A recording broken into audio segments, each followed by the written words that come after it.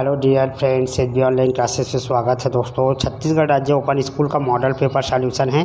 कक्षा 10वीं का विषय विज्ञान है दोस्तों, हिंदी मीडियम में। इसके बाद आपको इंग्लिश मीडियम में भी मिलेगा। पूरे वीडियो को आपको देखना ज़रूर है, इसलिए क्योंकि मैं पूरा एक्सप्लेनेशन के साथ तीनों सेट ए, बी और सी 3 सेट में जारी किया गया है। आप लोग को मालूम नहीं होगा तो आप मेरा वीडियो देखिएगा। एक वीडियो लॉन्च किया हूँ, उसमें बताया हूँ कि किस तरह से आप लोग को जो है क्वेश्चन पेपर, जो इम्पोर्टेंट क्वेश्चन पेपर मॉडल प्रश्न पेपर है, उसको कैसे डाउनलोड करना है। तो ये सॉल्यूशन के साथ है। सेट ए का जल्दी सॉल्व कर लेते हैं। प्रश्न 1 वस्तुनिष्ठ प्रश्न है, बहुविकल्पी 1 नंबर का क्वेश्चन है। सही उत्तर का चयन कीजिए। निम्न में से एसआई इकाई नहीं है। एसआई इकाई जो है एक मात्रक होता है दोस्तों, जैसे सब चीज़ को मापने का एक साधन होता है ना। मीटर है, पाउंड है, किलोग्राम है, सेकंड है। तो पाउंड जो है ये इसका एसआई मात्रक नहीं है। परमाणु की कक्षा में घूमते रहते हैं। तो परमाणु की कक्षा में क्या घूमते हैं? उसके कक्षा में इलेक्ट्रॉन घूमते हैं। अम्ल का स्वाद कैसा होता है? अम्ल का स्वाद खट्टा होता है। दही का जमना कौन सी क्रिया है? तो दही का जमना रासायनिक अभिक्रिया है। अजैविक घटक कौन है? मृदा, नीम, तितली। इनमें से कोई नहीं तो मृदा आएगा। रिक्त स्थान की पूर्ति कीजिए। इंसुलिन के अल्पस्राव से शुगर रोग होता है। जन्म के बाद हेपेटाइटिस बी का टीका लगाया जाता है। स्प्रिंग में निहित ऊर्जा प्रत्यास्थ ऊर्जा कहलाती है। हार्मोन ग्रंथि द्वारा लक्ष्य अंग तक ले जाया जाता है। आनुवांशिकी के जनक मेंडल थे। सही जोड़ी मिलाइए। हरे पौधे क्या होते हैं? थोड़ा सा देख लीजिए इसको। हरे पौधे जो है प्राथमिक उत्पादक होते हैं, है ना। कोशिका का विद्युत घर जो है माइटोकॉन्ड्रिया है। और हरित क्रांति, तीसरा जो है हरित क्रांति है ना। Doctor M S. स्वामीनाथन। विश्व ओजोन दिवस 16 सितंबर। आवर्त में बाएं से दाएं जाने पर परमाणु का आकार घटता है। प्रश्न क्रमांक 2 से लेकर 7 तक लघु उत्तरीय है और 2 नंबर के सवाल है। कोई बॉक्सर किसी दूसरे बॉक्सर के पंच को झेलने से पहले पीछे की ओर अपना सिर कर लेता है, क्यों? तो यहाँ पर पीछे की ओर ले जाने से समय बढ़ जाता है और परिणाम स्वरूप बल का प्रभाव कम हो जाता है। ठीक है, क्योंकि बल समय के व्युत्क्रमानुपाती होता है, इसलिए बल कम हो जाता है और मुक्केबाज को थोड़ा ही हिट करता है। गुरुत्वीय त्वरण से आप क्या समझते हैं? तो गुरुत्वीय त्वरण का अर्थ क्या होता है? न्यूटन के गति के दूसरे के नियम के अनुसार जब किसी वस्तु पर बल कार्य करता है तो उसमें त्वरण A बराबर F/m उत्पन्न होता है। अर्थात पृथ्वी के गुरुत्वीय बल के कारण वस्तु में भी एक त्वरण उत्पन्न हो जाता है। इसे गुरुत्वीय त्वरण कहते हैं। द्विधातु पट्टी के 2 उपयोग लिखिए। तो द्विधातु पट्टी के उपयोग होते हैं, कपड़ा प्रेस करने वाले विद्युत इस्त्री देखे होंगे, उसमें उपयोग होता है। तापमान को मापन और नियंत्रित करने के थर्मोसेट में। अनुप्रस्थ काट और अनुदैर्ध्य तरंग में क्या अंतर है? तो अनुप्रस्थ तरंग में माध्यम के कण तरंग के चलने की दिशा के लंबवत कंपन करते हैं, जबकि अनुप्रस्थ तरंग में माध्यम के कण तरंग के चलने की दिशा के समांतर कंपन करते हैं। अनुप्रस्थ तरंग में तरंग के अधिकतम मान को श्रृंग कहते हैं, जबकि अनुदैर्ध्य तरंग में तरंग के अधिकतम मान को संपीड़न कहते हैं। पौधे हरे क्यों होते हैं? तो क्लोरोफिल नामक पौधों में जो है पदार्थ पाया जाता है, जिसके कारण वे हरे दिखाई देते हैं। हीरे का गलनांक उच्च क्यों होता है? हीरो में C और C के बीच जो है त्रिविमी मजबूत बंध बना होता है, जिसके कारण उसको तोड़ना काफ़ी कठिन होता है। द्रव्यमान और भार में कोई 2 अंतर। किसी वस्तु का भार उस पर लगने वाले गुरुत्वाकर्षण बल का परिणाम होता है, जबकि किसी वस्तु में उपस्थित पदार्थ की मात्रा को द्रव्यमान कहते हैं। निम्नलिखित तत्व को यौगिक मिश्रण में बदलिए।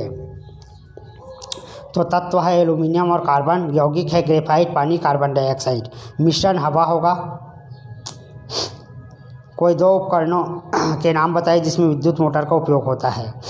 तो विद्युत पंखे है, प्रशीतक है, रेफ्रिजरेटर है, कंप्यूटर है, मशीन है इत्यादि। धातु और धातु में 3 अंतर दीजिए। तो धातु ठोस अवस्था में पाया जाता है, अधातु द्रव अवस्था में पाया जाता है। धातु विद्युत के सुचालक होते हैं, जबकि अधातु विद्युत के कुचालक होते हैं। परितंत्र क्या है?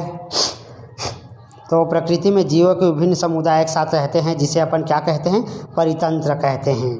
ठीक है, इसको दो घटकों में विभाजित किया गया है। अजैविक घटक में भौतिक कारक और कार्बनिक पदार्थ होते हैं, जैसे सूर्य का तापमान, वर्षा, आर्द्रता इत्यादि। दूसरा होता है जैविक घटक। जैविक घटक में उत्पादक आते हैं, उपभोक्ता आता है और अब घटक। नोट कर लीजिए। प्रश्न 13 है, कीट पीड़ा हटाने के लिए क्या क्या किया जा सकता है? रासायनिक कीटनाशकों के प्रयोग से क्या हानि हो सकती है? तो आप लोग देखे होंगे दोस्तों, फसलों में जो है अनेक प्रकार के कीट पतंगे आ जाते हैं, जिसका उपयोग करने के लिए एक रासायनिक मिश्रण का उपयोग किया जाता है, जैसे उर्वरक है ना। ठीक है, ऐसे लिखना है आपको।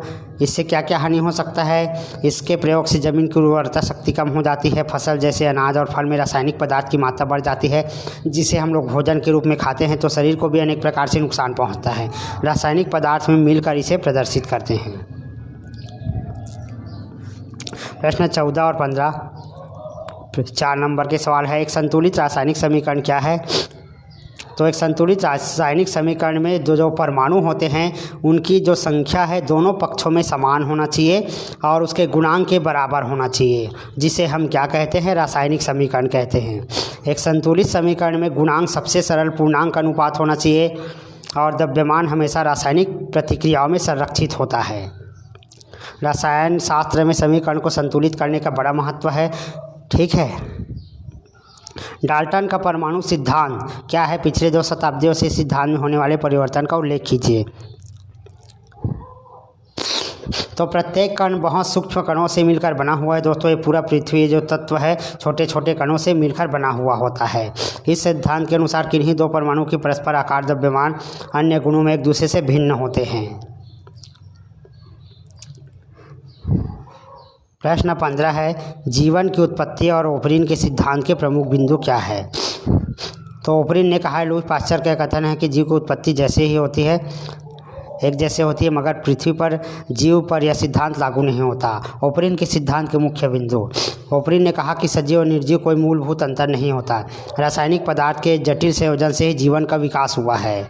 विभिन्न खगोलीय पिंडों पर मीथेन की उपस्थिति इस बात का संकेत है कि पृथ्वी की प्रारंभिक वायुमंडल मीथेन था। 9 डार्विनवाद पर एक नोट लिखिए। तो ये रटने वाला चीज़ है, थोड़ा याद कर लेंगे इसको।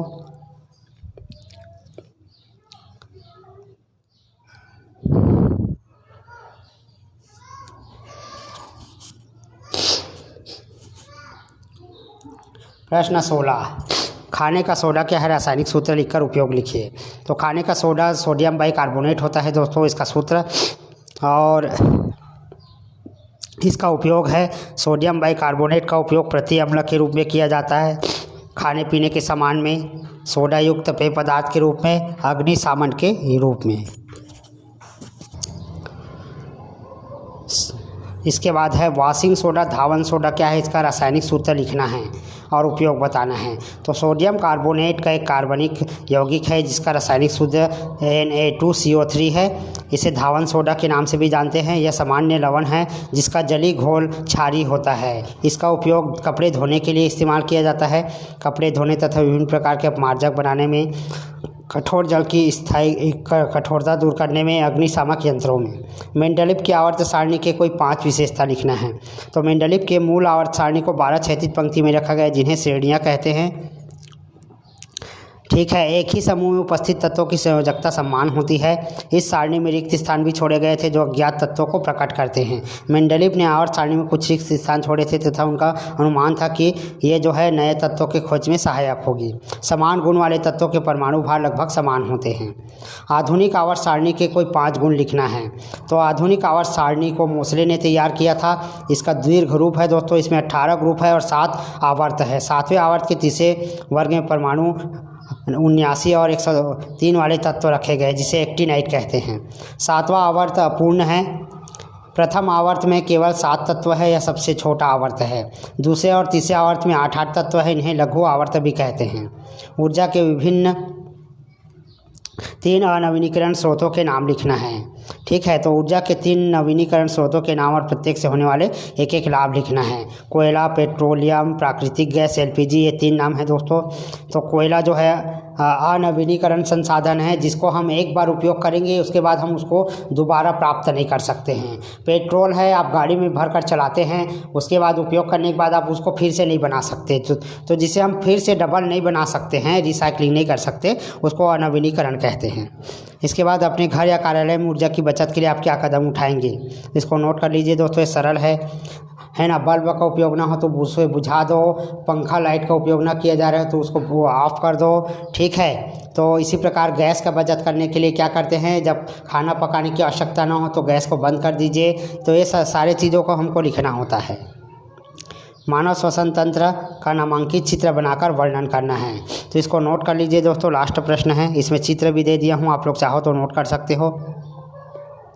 तो यह है मानव श्वसन तंत्र का चित्र, नोट कर लीजिए। स्क्रीनशॉट करके नोट कर सकते हैं, आपके पुस्तक गाइड में भी दिया है, उससे भी आप लोग पढ़ सकते हैं। इसके बाद है नेफ्रॉन का संरचना का केवल नामांकित चित्र दीजिए। तो यहाँ पर देखिए, पहले इसको लिख लेना है, आपको वर्णन भी करना है साथ में और चित्र भी बनाना है।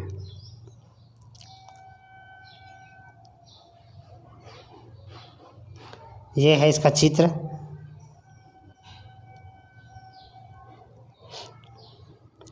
तो इस प्रकार है ना, ये पहला सेट जो है पूरा कंप्लीट हो जाता है, सेट है। इसके बाद नेक्स्ट वीडियो में सेट बी और सी का सॉल्यूशन करेंगे।